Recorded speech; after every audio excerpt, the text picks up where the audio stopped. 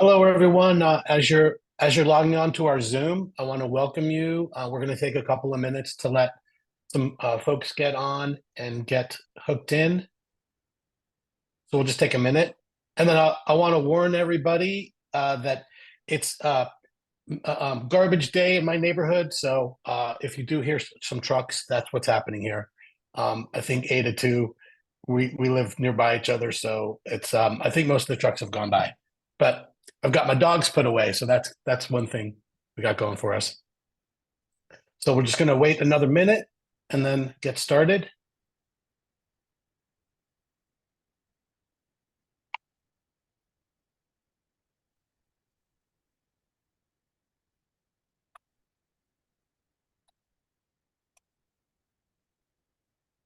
And maybe I'll just give a quick rundown for folks who have not visited our Meet the Candidate forums in the past. What we're going to do, we have Sam Adams here to speak with us today. We're going to do about 20 minutes with him speaking, and then we're opening it up to the floor for questions for another 20 minutes. And then we'll have some closing remarks from Sam, and then we'll wrap it up at 1 o'clock. Can everyone hear me okay? Yeah, okay. So welcome everyone, and thanks so much for being here.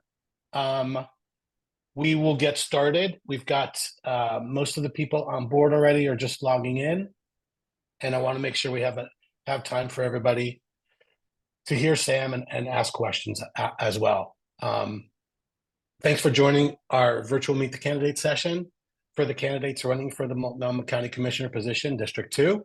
And today we're welcoming Sam Adams, and happy to have him here today. I'm our moderator for today. My name is Mike Tierney, Advocacy Program Manager with Impact Northwest.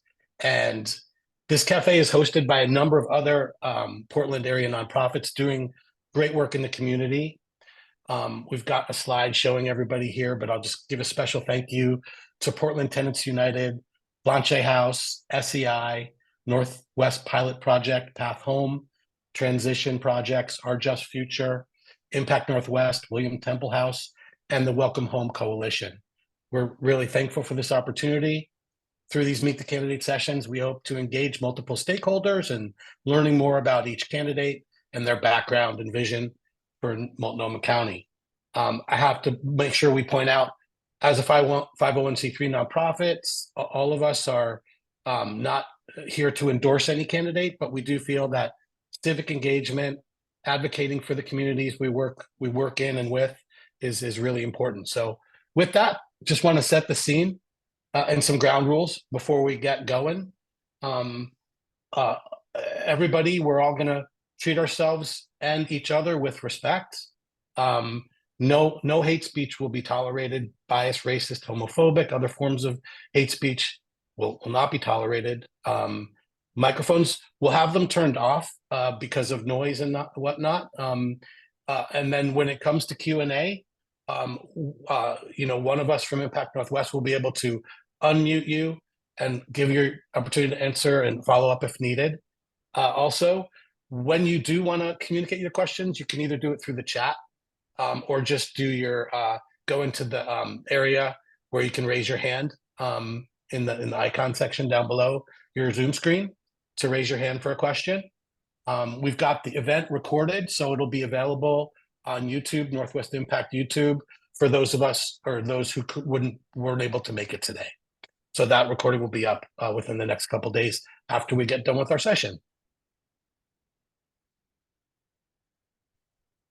So with that, Sam, can I pass it over to you and welcome you, and thanks for coming and making time for us today. We appreciate it. Oh, my pleasure. Thanks for having me. And I want to say at the outset, seeing the list of people invited, thank you for your work on these important issues at an incredibly difficult time where I know, resources don't come close to meeting the needs. And if it wasn't for you all in the nonprofit sector and your partners and a lot of other folks, wouldn't have what progress has been made in some key areas, but would be in much worse shape. So thank you. I appreciate that.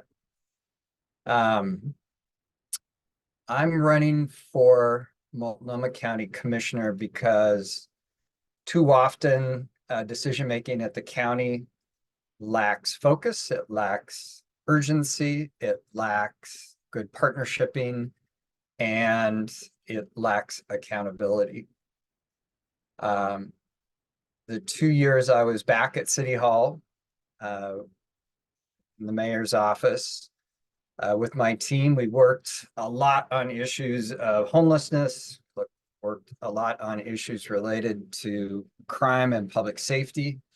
So I had a contemporary sort of experience with the county, but I also was able to compare that with working with, I think when I looked through the list, 6 county chairs, starting with Gladys McCoy, from the city in various leadership positions, and dozens of county commissioners.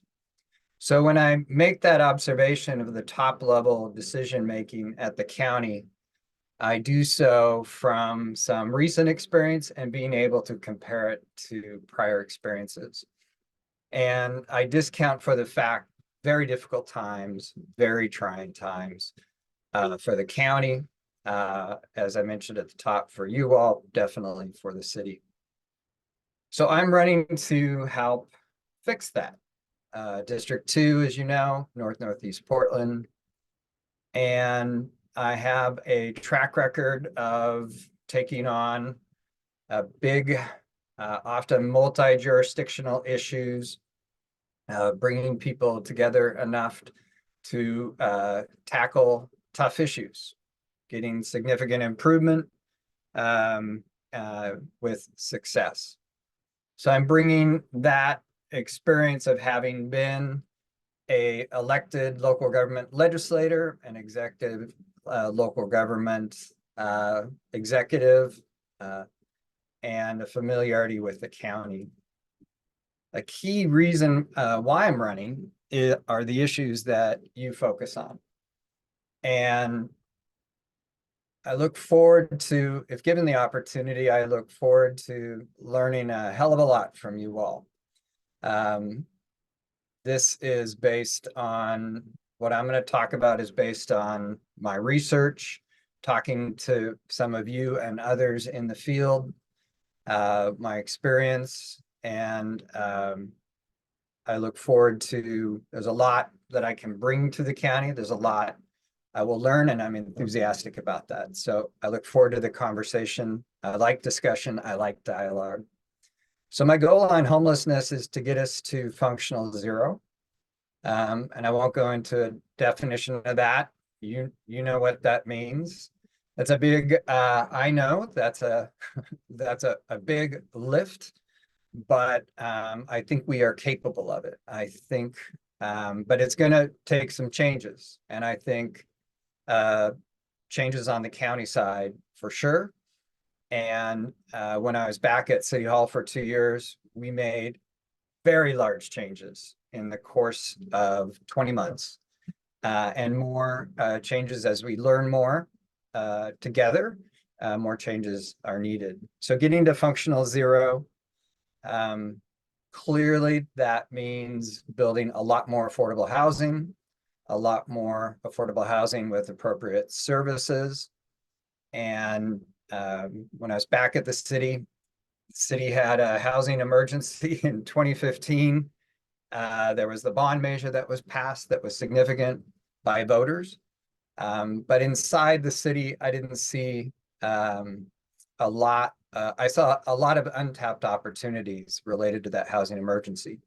So when I'll be referring to 5 resolutions that were passed by City Council in 2022. They related to housing, homelessness. They related to diversion programs, new work programs for those experiencing houselessness. So for the first time, the city committed to seeing being a catalyst to see 20,000 units of housing built in 10 years, and not wanting that to be just an empty promise. Based on our research and, again, my lived experience, professional lived experience, the goal is to identify and there's 2 more years to fulfill this goal. 400 shovel-ready spaces for multifamily housing in the city that could meet that 20,000 unit goal. Some are going to be small, some are going to be big, but the idea is publicly owned land, 400 publicly owned sites that are shovel-ready. A lot of the sites will have the wrong zoning, they'll have the wrong height, all that stuff. Get them shovel-ready so that you all that work with your partners have an opportunity to work on not just one of those sites, but maybe one of those sites with a multi-year either commitment or a hold on other sites. So you can think in scale, you can act and plan your work in scale. As we put this together, that was important. And one of the other things in this race to that a number of you might or might not agree with, but I think that the county should use a portion of its unanticipated proceeds from the Metro homeless measure to help be, and the city is, and the other counties as well, to help be one of the layers of funding that we all know it takes to build affordable housing. I think that commitment is in keeping with the housing first model that the county leans into, and for good reason. It works. But I start with housing because I think the county, while leaning into the housing first model, and national research shows that it works, local experience and research shows that it works, the county wasn't keeping track of the waiting list. And we in the city, and the county was hostile, honestly, in putting together research on the waiting list. So we did in the mayor's office. We worked with Home Forward and others to put together the waiting list. And of course, we were very transparent on the assumptions. It's complexity. There isn't the records, as you all know better than anybody. There's no one size fits all. So there's complexity to try and to come up with an answer. But it's online. I'm happy to share the link with you. The waiting list for, a core set of housing units that are needed is 5 to 10 years. And this was factoring in the regional housing bond. This was factoring in the city housing bond. So that we were certainly, as on the city side, responsible for enforcement. Am I going too long, Mike? No, you got a good 5 or 6 minutes left. Okay, I talk slow. Sorry. So we were definitely experiencing that. And when I got into City Hall in February of 2021, we had upwards of 800 self-sided camps across the city. The city is 146 square miles, constantly moving. There is no reasonable way that we could find resources, or the county could find resources to get the kind of outreach, much less provide basic services, to that scattering of 800 camps across that. And this is just Portland, across that much acreage. And so we knew now that the waiting list, we did our research, again, happy to show you the research, that this is, not the same waiting list of 4, 5, 6, 10 years ago. This waiting list is preyed upon by cheap, incredibly addictive, I don't need to tell you the rest. Terrible. So this particular waiting list, arguably, and I think the numbers show, very deadly, scattered across. We could never get to it. We'd be spending so much money and people always moving. And that's how we got to, and as we were, we put together the Street Services Coordination Center, which was the first thing we did, which is for the first time, people used to get the purple book, by outreach workers or as they were being swept. We wanted to change that and make it a real offer. So we worked with the county. Mark was there at the time, worked with the county and knew every day where the shelter beds were. I'm doing this as a hand gesture for a iPad or a smartphone. Our outreach workers, we're hiring the city is hiring 50 of them to do this. We also expanded our storage because, you know, folks don't want to leave. Why should they want to leave their stuff? They could look at what shelters were available to them and they could pick it. It was reserved, and we gave them a ride with their items to storage, which was free, and then to the shelter. We went from about 1 in 10 saying pre this better offering of services, was about 1 in 10 to about 4 in 10 saying yes to us. A higher number of them said yes to the storage, but not going on to services. We did a research on this. The reason when we asked, and I spent a lot of time with these folks every week, we asked, well, why are you saying no? And they said, we'd rather sleep outside. We don't want to sleep in big rooms. You know, give us a place where we can have some privacy in our tent. We're not always being moved around and have access to basic services. That's how we got to what is now called the task sites. We had to get from 800 to a smaller number. We got council to approve, and it started out my team and I. We had 1 vote. We ended up getting 4. As part of that is phasing in camping bans around the new facilities, around the new task sites, and getting an operator that has been successful at these larger campsites, and also providing the security around the sites and also preventing camping around the sites. It's early days, but it took us 20 months to get that through council's approval. The first task site has been open 8 months. Again, early days. The front page of the Southeast Examiner, though, which is the neighborhood inn at the Clinton Triangle, calls it a success in terms of the neighborhood. And 100 people have been, if more slots were available, which gets back to the housing part, more would have gotten into permanent affordable housing, but 100 did. And worked to get the county that didn't support this at all in the beginning with the new leadership and Julie Brim-Edwards. Now they're on board. I understand it's also factoring into as a resource to the 90-day fentanyl. So that's in addition to that, I wanted to offer, and I don't know if Central City concerns on, but a number of you offer work experience or sort of work reentry. Big fan of that. It's a great, you know, the research shows it's a great way to develop connections, whether they choose to go to a task site or not.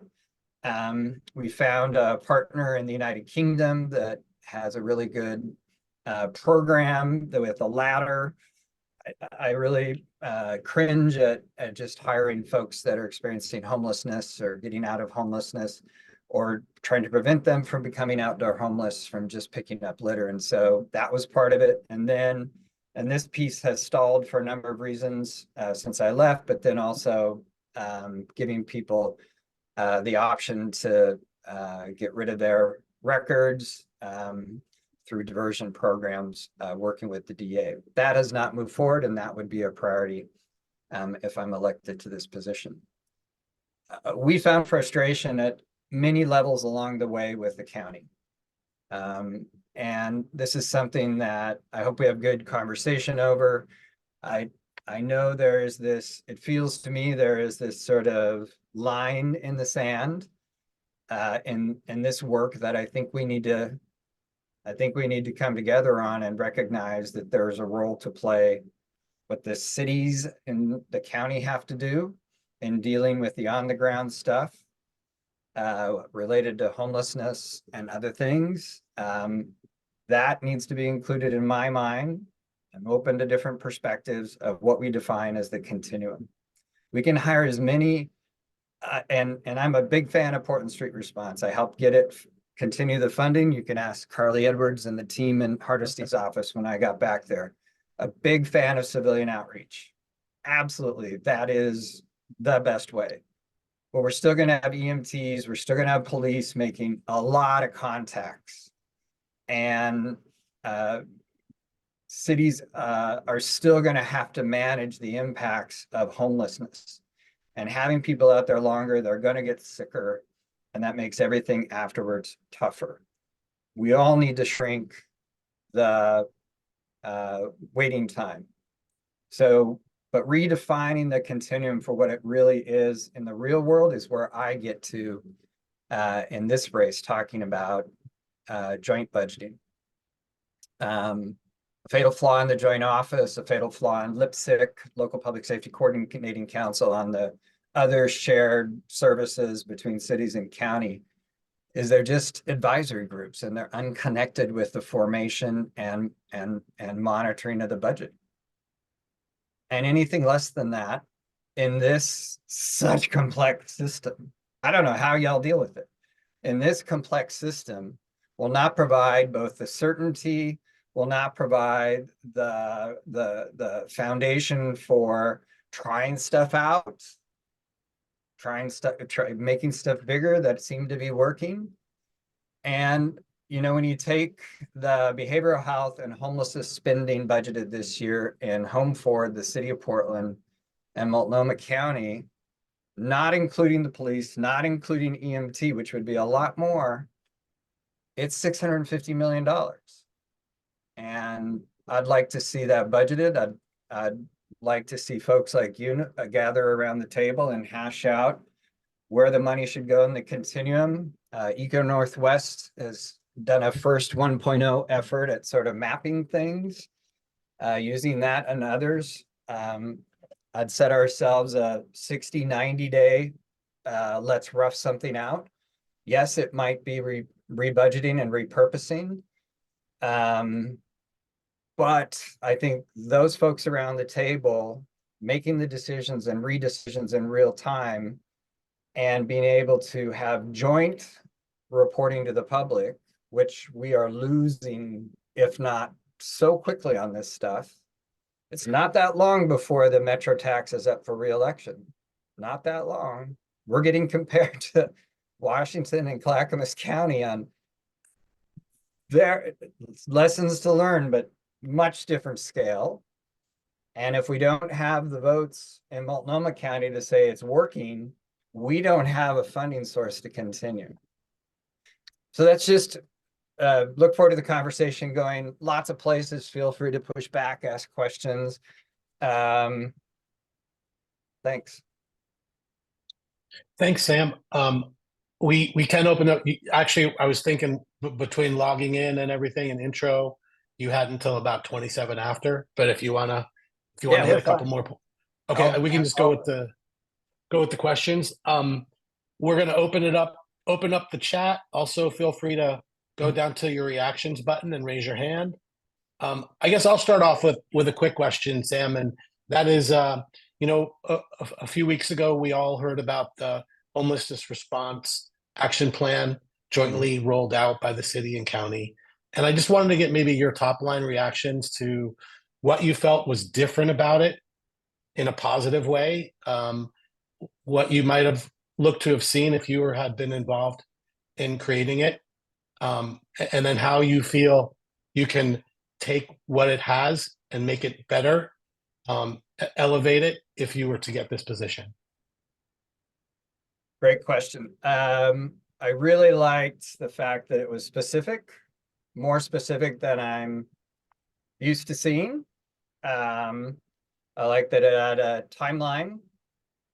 I like that it included some of the things that I briefly mentioned here.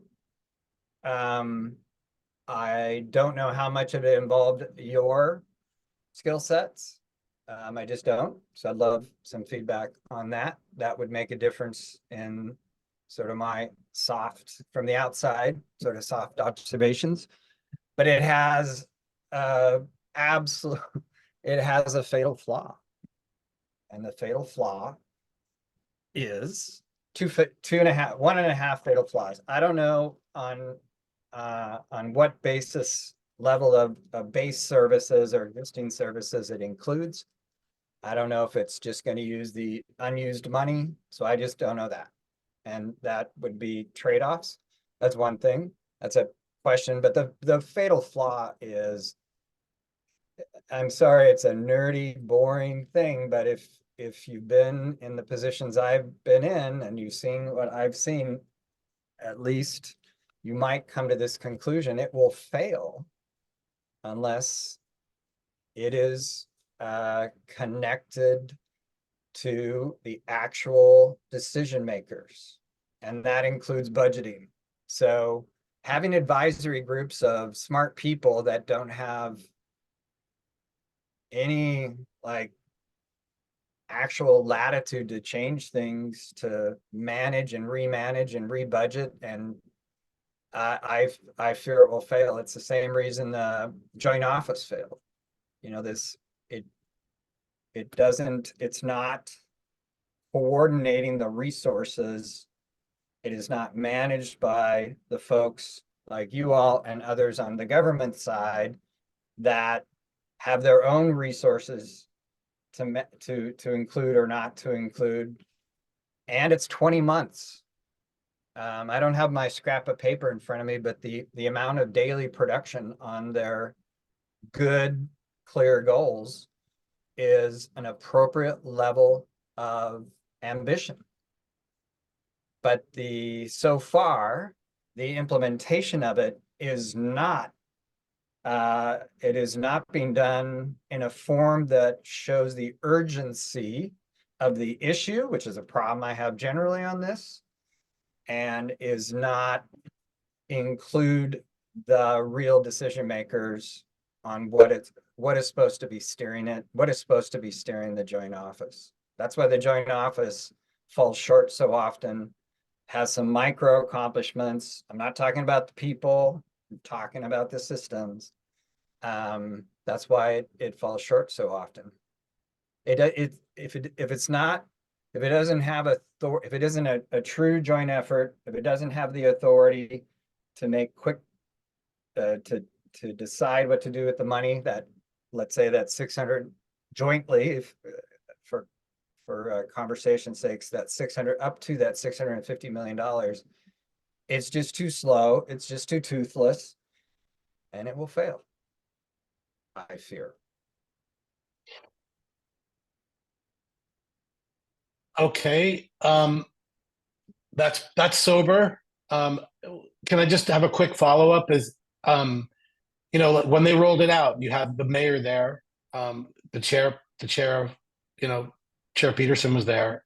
Like I guess they seem to say that they wanted to have their hands on the levers of this project.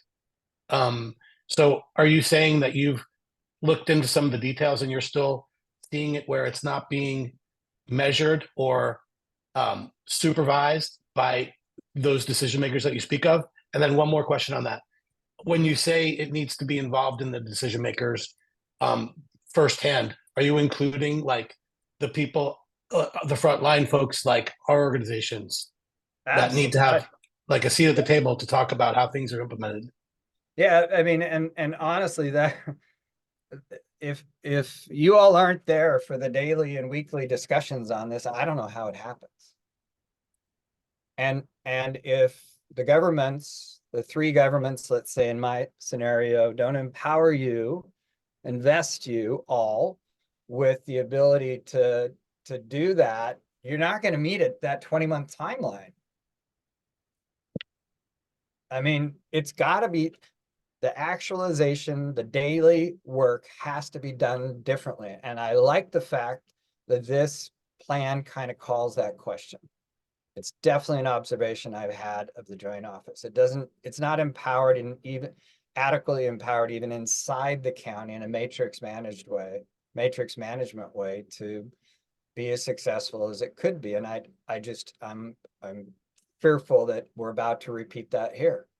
We don't, again, I know how this goes. I don't think we can afford this failure.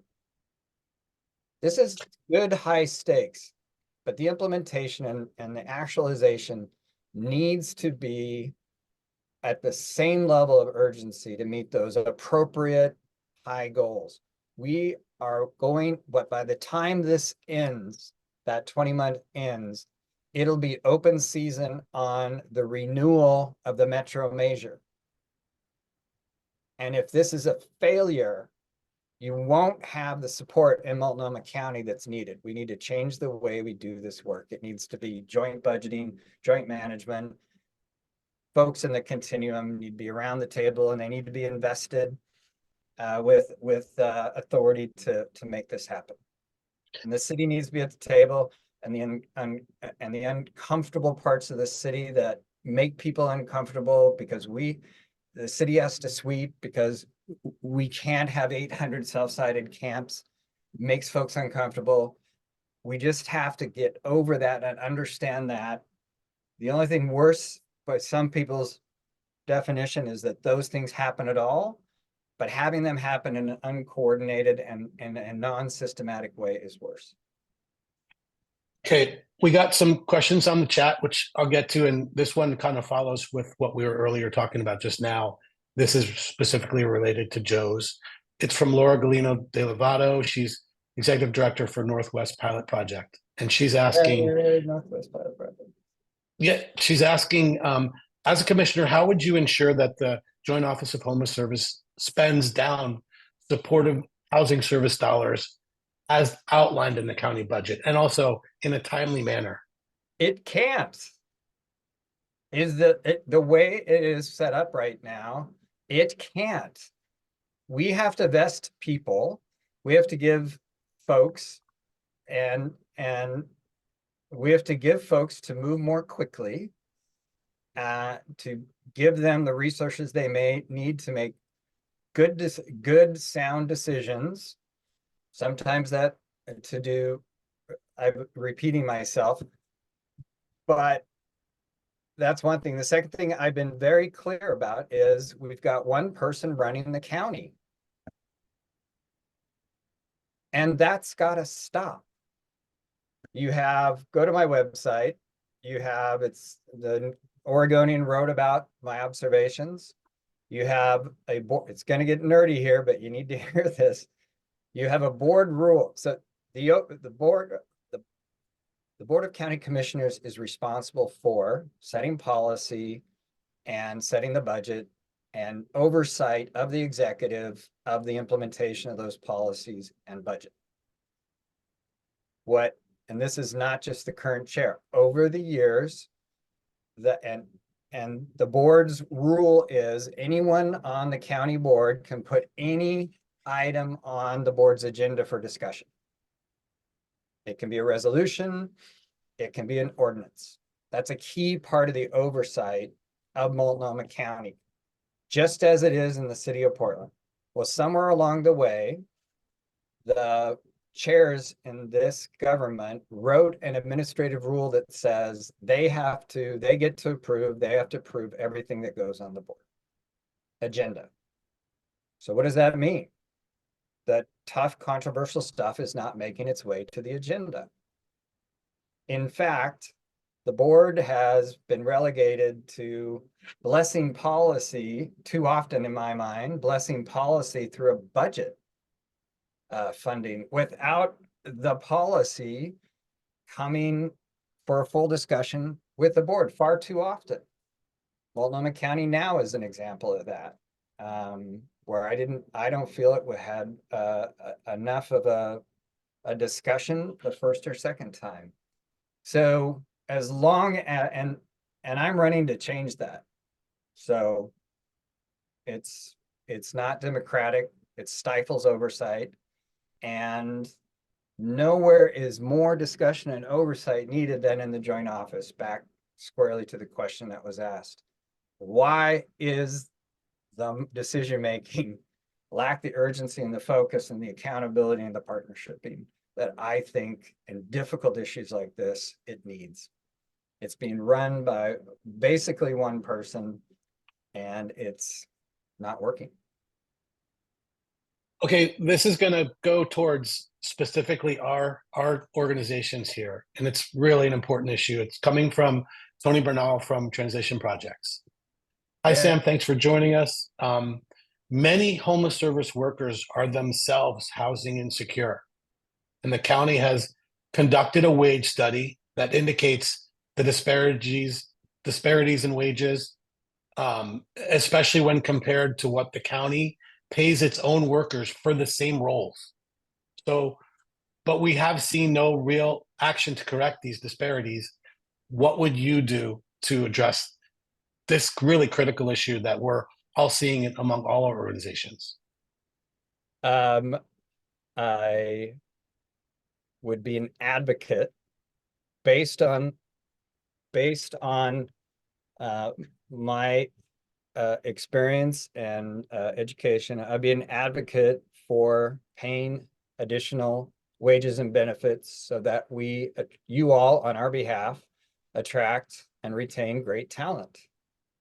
So much of what you do requires your folks to establish trusted relationships with clients. And if your folks don't have enough serenity that comes with security over their own lives, how can they do their best work? And that somehow through superhuman strength, and I'm so impressed in my 2 years back at City Hall, out in the field every week, so impressed with so many of your workers. And if we can't keep them, it's the cost benefit in my mind is really, really clear. And in some positions, especially field positions that have where so much is riding on that individual's success, making those connections. And then sometimes under arduous and dangerous conditions, and the work is difficult. They should be paid even more. Can you comment also on what another issue regarding that question that Tony had was in regards to how the contracts are set up? I've I've heard a lot of complaints. And so honestly, I have a lot to learn on this issue, but given how much we depend on you all, I would want to get smart really fast and to be an effective advocate on your behalfs, because we are so reliant on your successes as organizations and the individuals that work for us in your organization. So I'd love to learn more, and contracting is something I have a lot of experience with. I don't have a lot of experience with social service contracting, but I'm enthusiastic to learn more and to be an advocate for what's smart. Okay, this is coming from Molly Hogan. She's Welcome Home Coalition representative on the call, and Yeah.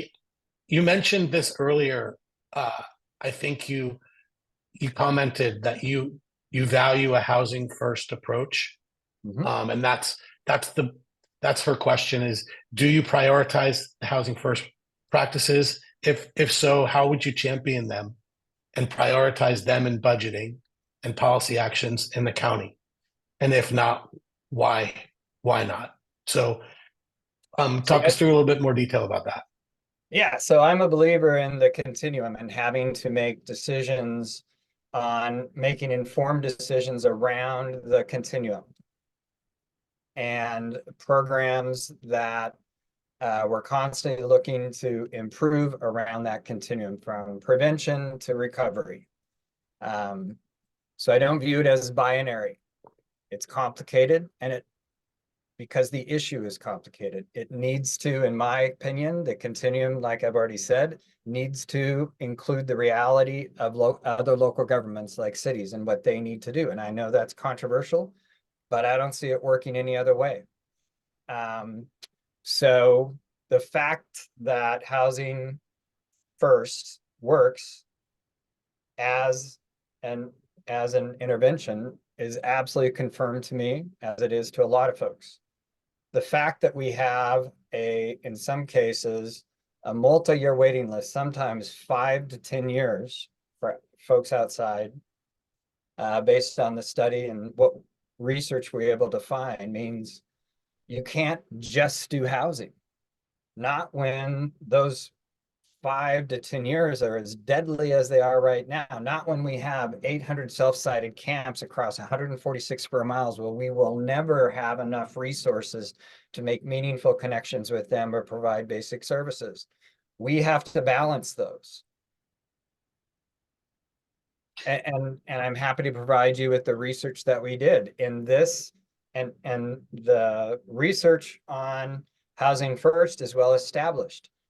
We did our research on the wait time, the modern horrible impact of every month, every year that folks are chronically at risk of losing their home, to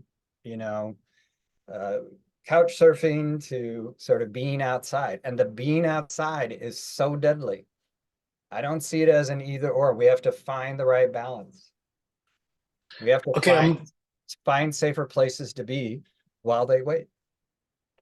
I'm going to move to a live question from Andy Nelson at Impact. Let me see if I can unmute you. Hi, Andy. Thanks. Sam, thanks for being here. Appreciate it. Thanks everybody for coming out. It's a good conversation. Sam, one of the things that really just concerns me, and I know my colleagues who run other other organizations that contract with the county, is that we're somehow become lumped up with some of the things that aren't working, especially the joint office. There's a perception that nonprofits, the public sector, and we hear the nonprofit industrial complex thrown around. And it hurts because, as you mentioned before, we've got amazing people on the front line doing amazing work. And one of the things that really seems to be missing from the conversation is the fact that Multnomah County is the community action organization for our region. It is the safety net. And there's no way you can, as you mentioned, there's no way you can deliver a safety net without the folks on the street doing the work day in, day out. We had a conversation yesterday and realized, I think, Tony, you pointed this out, the joint office is now going to have, over 120 paid staff, making it one of the largest organizations in the region, much larger than a lot of service providers. And they're paying at a significantly higher rate. Seems to me they have already determined what the market is, but they're not passing that on. The frustration we have is between, we'll talk to elected officials or folks who want to be elected, and they agree with that, but there's no way they ever can make that change. So when programs offers come out, it's as if that message has never been delivered. So how do we really make this happen? I mean, in a real way. I know it's a resource issue, but like you mentioned, the whole thing in 20 months, we might just be at a place where this has failed because we haven't invested in frontline folks. And that seems to be, we haven't gotten a lucid answer on that. And I'd love to know your thoughts. So one thing that when I was a fresh-faced city commissioner back in 2005, and there had been, and I was appointed to workforce development, workforce training issues. So Work Systems Inc., you might be familiar with, that has a focus with dislocated and chronically unemployed workers. And it had been starved, and then it got money from the feds, and then it was starved, and then it got money, and it relies, there's the organizational corpus, and then there's really the delivery is with partners, and much smaller scale than this. So I want to be humble about that. What we did two things that worked really well, and it was quick. And John Taponia from Eco Northwest has started a very first round of this that I think he would admit is pretty crude, but he has funding to continue it and do deep dives. Is we mapped what was out there, and the workforce continuum by types of services.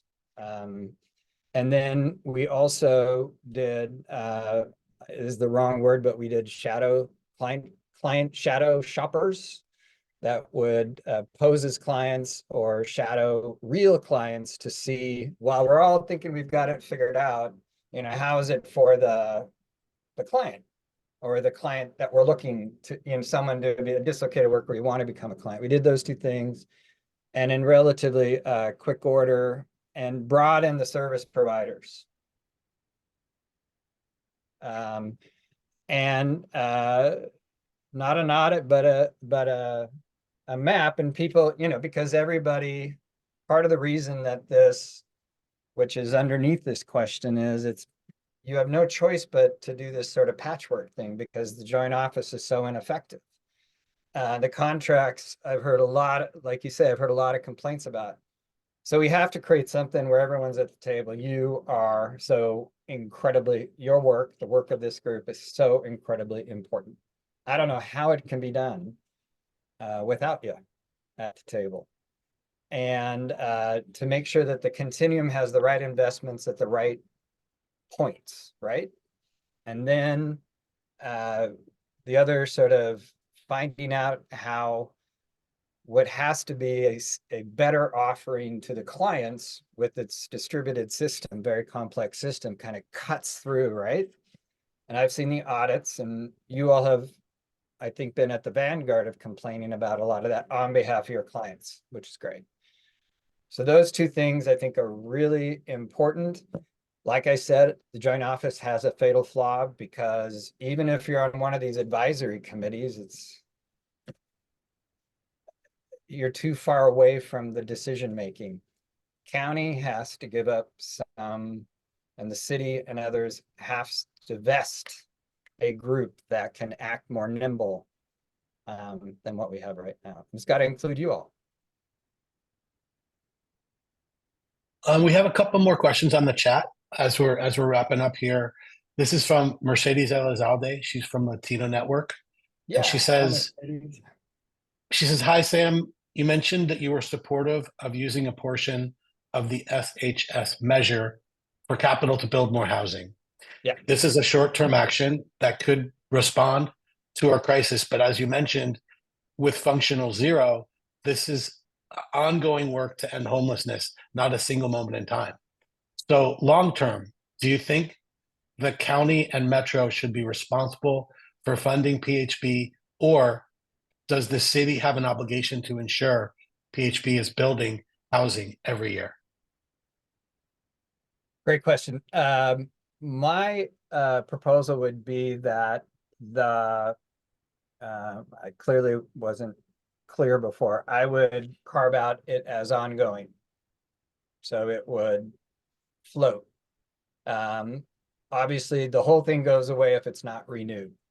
So I would say that a portion of the county's plural budget, and I think that Metro's overhead, or that the portion that Metro gets, should be devoted to help as one of the funding sources for affordable serviced housing, should be included as well. Get as much of this on, you know, onto the streets as possible.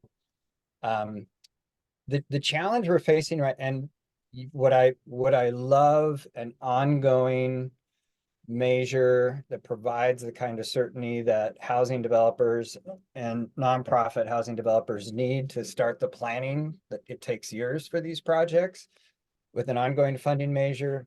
Absolutely. As you all probably know, I don't think I'm the first to tell you, the public is no mood for new taxes.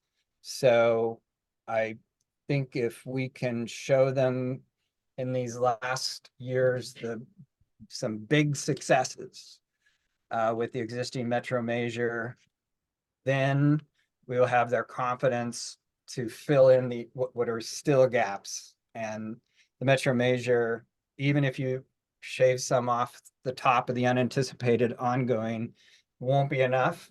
Then I think we would have a much better pitch to voters. They're more likely to say yes to, because they'll see, okay, You've done such a good job with the resources we gave you for services. You put some of that into housing. We see there's still gaps. We're going to say yes. Okay, I think we got time for our last question here on the chat. This is from Lior Schweitzer, and she is from the Portland Tenants United organization. And she says, one of the leading drivers of houselessness is the increasing cost of housing, especially rent.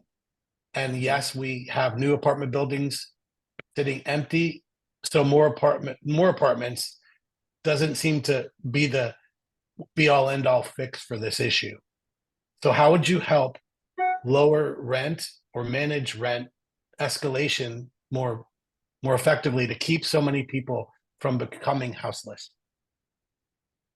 Well, tackling that issue also is why I have a passion for, as I recommended to the mayor and he included it, workforce skills training and education, passionate about those issues, especially not just for folks getting, from youth into maturity, but also we're about to undergo a massive change in the workforce with all this new technology coming on. So that training and retraining has got to be part of this, an answer to that really good question. The other is building 20,000 units of housing, affordable housing, will have an important dampening effect, depending on how other things go. Could have a dampening effect on the rising cost of rents. And then we need to attract a lot more resources to partner with you all that do housing development from other parts. A lot of those resources, the decision makers, are in other cities in the United States. And when I helped negotiate on behalf of then Mayor Vera Katz, the development agreement for the River District, which includes a very ambitious and high percentage of affordable subsidized housing and some very low affordable subsidized housing. And the development agreement also allowed developers to build more densely, but we also made them pay for public amenities and help pay for the affordable housing. Part of what was in the plan in November of 22 was also, there were some changes made, which are good, for more resources with more tax increment financing directly for housing. I was running for the city council.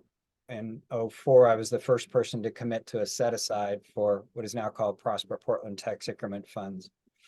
But we do have the opportunity to build more housing if we can get more resources from a number of different places. That's a short answer. Okay, and I apologize, Lior. I think I said she, I meant he. And that is I think that's our last question because we're wrapping up. We got about 4 minutes to go. And I just wanted to, once again, thank you, Sam, for your time today. And thanks for everyone else to come and log on during their lunch hour. And we appreciate all the information you've shared. Did you want to take another moment or so just to wrap it up and conclude? Any conclusive remarks? Again, thanks for the opportunity to be here. Please feel free to continue the conversation. My website is multcoforsam.com. You can reach me through that or Google my name and you'll find my email address.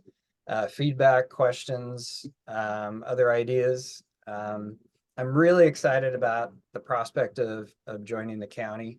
Not only because of the untapped potential of the county itself, but also of getting the cities, plural, and the county working better together, which I think, and then getting that, the cities and the county working better together with you all that really are at the front lines of this. And again, I'll close by the way I started. Thank you for your work. It's so important work. Your frontline folks and everyone who supports them Thank you. Thank you, Sam. And for everybody out there, if there are folks in your networks that didn't have a chance to make it today, as I said earlier, we will have this this session recorded, and we'll put the recording on our YouTube Impact Northwest. So it's available in the coming hours, days. It should be there by tomorrow. And again, Sam, thanks a lot for making the time today. We appreciate it. My pleasure. Thank you. Bye, everybody.